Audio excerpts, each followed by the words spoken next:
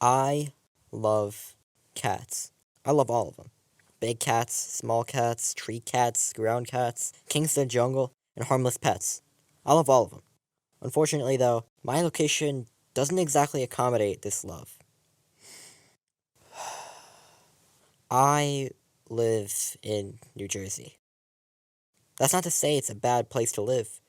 It's just there aren't any cats. I can't observe them in their natural habitat because, well, there just isn't a natural habitat to observe. Until now. Bobcat Alley is an area in northwestern New Jersey that's about 32,000 acres large, with about a third of it protected. Building Bobcat Alley is a project by the charity the Nature Conservancy, or TNC for short. In particular, their chapter in New Jersey puts focus on the project. And, as the name suggests, it's a nature reserve to protect bobcats. Bobcats? What are they doing in New Jersey? I needed to know more, not just about bobcats themselves, but about this nature preserve called Bobcat Alley being built to protect them. So I figured, who better to ask than the original source? This is Scott Sherwood. I work for the Nature Conservancy in New Jersey. I am the northern land steward, so I manage all the northern preserves in New Jersey. He agreed to introduce me to TNC and their efforts to create this place called Bobcat Alley. So I've been working on this project, which we call Bobcat Alley, for about 3 years now. I've been with TNC for around 8 years.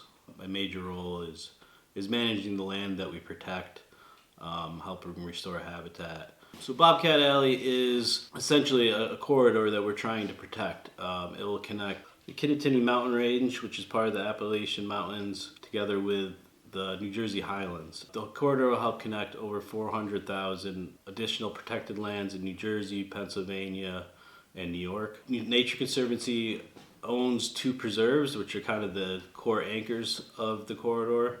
One of that is Blair Creek Preserve, which is in the north, and then Johnsonburg Swamp Preserve, which is in the south. And together, I believe it's about 1,300 acres. It turns out that Bobcat Alley isn't just a project with the Nature Conservancy. It's a collaborative effort with several other land trusts to build out this area in northern New Jersey and protect it for the sake of the wildlife in the region. We work a lot with the Ridge and Valley Conservancy. New Jersey Natural Lands Trust also has a role. New Jersey Department of Environmental Protection. We work with them on the Change Project. So Change stands for Connecting Habitat Across New Jersey, I believe. And it's essentially looking at our roadways that go throughout New Jersey and trying to find ways to minimize fragmentation through the habitat, which is caused by the roads. The main problem is willing landowners that want to sell their property into protection. 1/3 is already protected, and then the rest, we have to send out postcards trying to see, who would be willing to sell their property, and maybe to us instead of a developer that might put a large condo complex or something. With that background about Bobcat Alley established, Scott introduced me to someone who's basically as knowledgeable as it gets when it comes to the wildlife and environment of Bobcat Alley. So my name is Neha Savant, and I am the land science specialist for the Nature Conservancy in New Jersey, and I focus mostly on understanding how and where wildlife are moving across roads in Bobcat Alley. I've been working for the Nature Conservancy for about 1.5 years. Being able to talk to someone like Neha, I wanted to understand more about bobcats. What makes these creatures so important to protect? Why is this specific area in northern New Jersey necessary for them? So in New Jersey specifically, bobcats are state endangered, which means that they garner a lot of special protection in New Jersey. And bobcats used to roam across New Jersey back in the early 1900s, but because of hunting, habitat loss, they were extirpated in the 1970s, which basically means that they were eliminated from the state of New Jersey. So around the 1970s, they were listed as endangered, and then they also brought in 24 bobcats from Maine to repopulate it. Presumably, the bobcats that now exist in New Jersey are from that 24, but also from Pennsylvania, from New York, from movement of bobcats. Now, the big thing that is still missing out of the recovery of bobcats in New Jersey is that they're only found in northern New Jersey. and they haven't yet infiltrated to southern New Jersey, or we haven't got much evidence of that. State biologists have been studying this for a while and trying to figure out what's the reason for that. And one of the big ones is roadkill. So bobcats, they have the largest range of any mammal in New Jersey. And so if they have a large range, they need to move around a lot.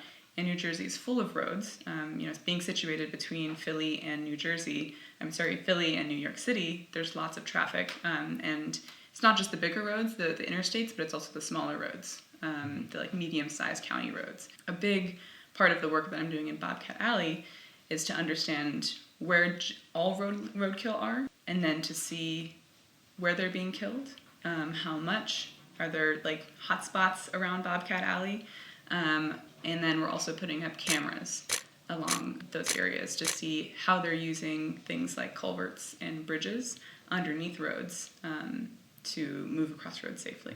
Yeah, the people I talk to can be afraid of bobcats, but I don't think that bobcats are really wanting to come into homes or be around people. They're very secretive animals. People don't see them that often. They don't necessarily like to be around people. And so when it comes to fear of getting bobcats in your home, that's not necessarily a big concern. I think that the biggest fear is that they are a big cat, but they're only a little bit bigger than a house cat. And so I don't think that there's any danger to humans. Bobcats are the biggest cat in New Jersey. We used to have mountain lions here, but those were declared extinct a few years ago. And they haven't been in New Jersey for a long time, but the federal government officially declared them extinct. And so because you don't have that big predator, we're seeing lots of increases in white-tailed deer populations. You take out a big predator out of an ecosystem, that can affect the amounts of prey, and that affects how much native plants there are because the deer eat them, and so that can really throw things off balance.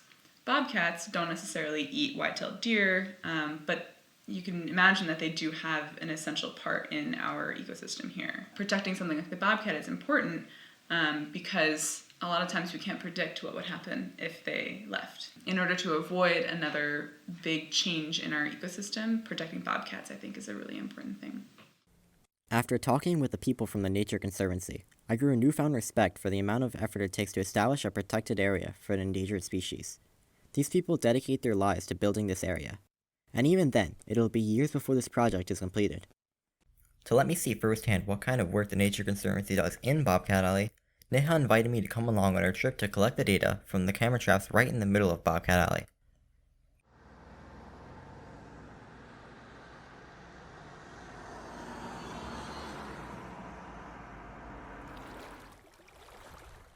Camera traps in Bobcat Alley are usually next to underpasses or culverts, because those are the areas where bobcats and other wildlife frequently cross to avoid roads. That is called riprap. Those rocks that are like really,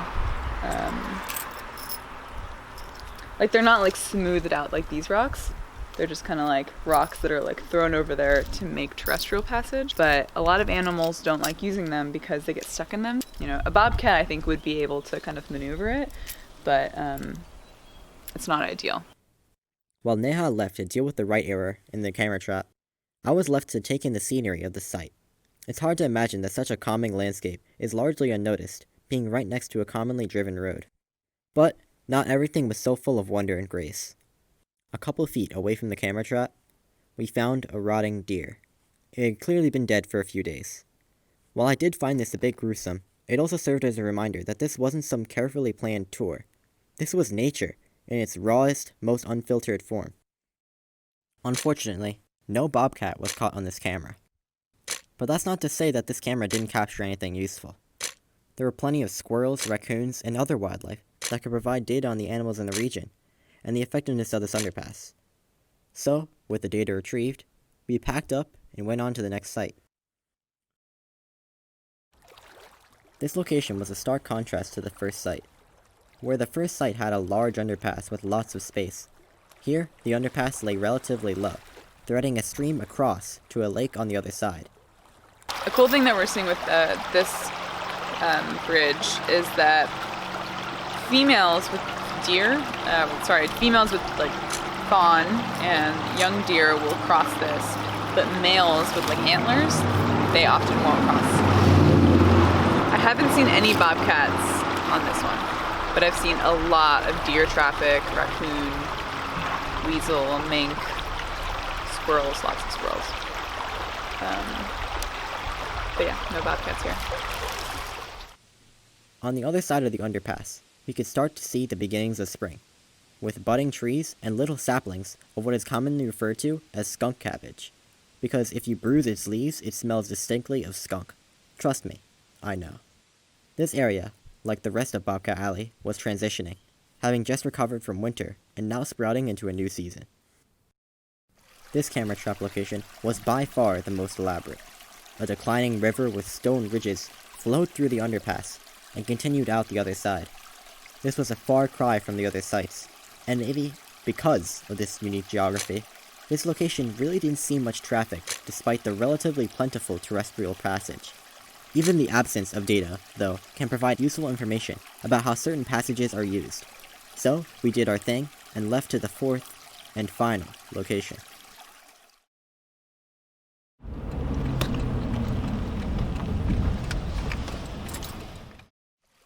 Sitting in the middle of the forest, this location felt the most isolated of the bunch, with next to no cars passing through.